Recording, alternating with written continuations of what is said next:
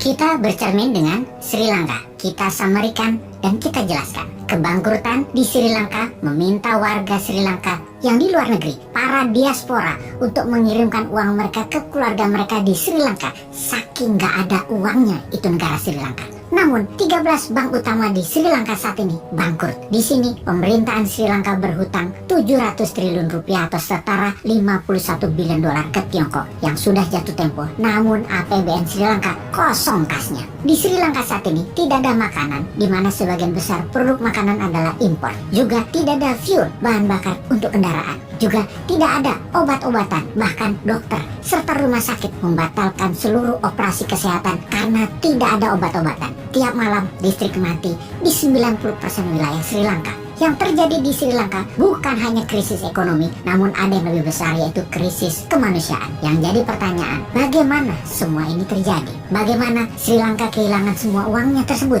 Kita akan jelaskan dalam episode kali ini untuk menjadi pelajaran bernegara bagi kita semua. Masalah kebijakan atau government policy, kemudian ada masalah politik, dan kemudian ada masalah yang namanya Tiongkok, akar dari banyak masalah di berbagai negara. Kita mulai dengan kebijakan negara di Sri Lanka. Hasil saat ini adalah buah dari mismanagement yang panjang yang telah dilakukan oleh Sri Lanka, yaitu masalah fundamental. Impor lebih banyak dari ekspor, belanja negara atau spending lebih banyak dari earning atau pendapatan negara. APBN Sri Lanka negatif. Neraca perdagangan defisit karena banyak impor. Anggaran defisit karena kebanyakan belanja spending. Ini juga disebut dengan double debt atau hutang ganda, di mana ini juga biasa disebut dengan resep sukses untuk bencana ekonomi sebuah negara. Cara Sri Lanka menyelesaikan masalah defisit tadi salah kaprah, yaitu dengan malah menambah hutang. Hutang Sri Lanka saat ini 111% dari GDP, alias lebih banyak hutang dari jumlah barang produksinya. Lebih parah lagi, di saat ekonomi sulit di tahun 2019,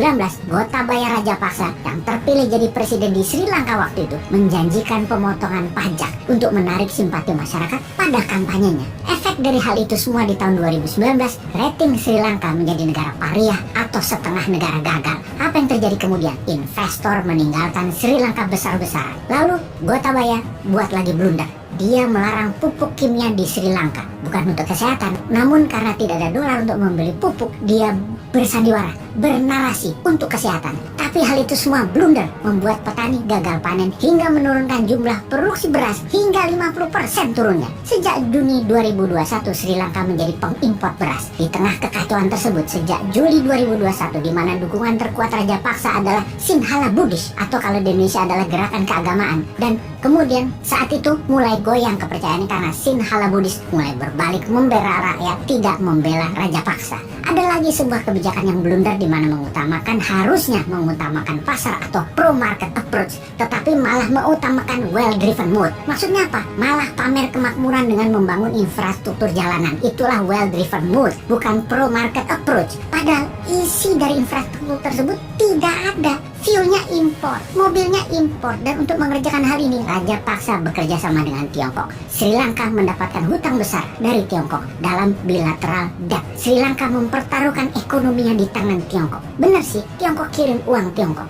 Tiongkok kirim teknologi, Tiongkok kirim SDM, termasuk kirim virus Wuhan. Semua dikirimkan karena sejak awal memang Sri Lanka buruk di dalam pengelolaan keuangan negara, dan ini memang dimaui semua peminjam, mengharapkan yang dipinjamkan tidak bisa kelola uang. Efek virus Wuhan tadi, pariwisata Sri Lanka yang merupakan 13% GDP nasional turun. Di tahun 2020, turis hanya berjumlah 170.000 orang saja dengan pendapatan sekitar 2 billion, di mana di tahun 2019 ke belakang mencapai 2,3 juta turis datang atau senilai 7,5 billion dolar. Agrikultur yang merupakan 8% GDP Sri Lanka turun hingga 4%. Kemudian cari utangan, di mana India mengambil peluang tersebut untuk juga melakukan debt trap ke Sri Lanka, menambah beban negara Sri Lanka yang pada akhirnya Rajapaksa mendevaluasi rupiah Sri Lanka turun 32%. Dan ternyata bukan menambah kekuatan pasar, namun membuat turun purchase power, daya beli kekuatan rakyat. Saat ini inflasi di Sri Lanka 30%. Artinya harga makanan sudah naik 30% dalam beberapa bulan ini saja. Harga kelapa misalnya hampir naik 80% dibandingkan tahun 2019.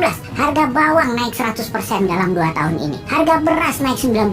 Harga ayam naik 55%. Yang terjadi di Sri Lanka, kalau bisa disimpulkan, inflasi tinggi, hutang negara tinggi, tidak punya cadangan devisa, serta mata uang yang turun terus nilainya. Setiap hari, yel-yel masyarakat go menggelegar seantero Sri Lanka. Berapa sih cadangan devisa Sri Lanka saat ini? Hanya 1,9 billion US dollar saja. Hanya sedikit lebih banyak dari kekayaan selebgram dan seorang model Kylie Jenner yang berusia 24 tahun tersebut. Saat ini, Sri Lanka perlu uang untuk memberi makan 22 juta penduduknya, memberi keamanan dan membayar hutang negara. Saat ini untuk membuat muter ekonomi Sri Lanka perlu dana sejumlah 20 billion dolar. Siapa yang mau meminjamkan pada saat jaminan keamanan bernegara dan kelolaan negaranya amburadul seperti itu? Semoga ini semua menjadi pelajaran buat kita.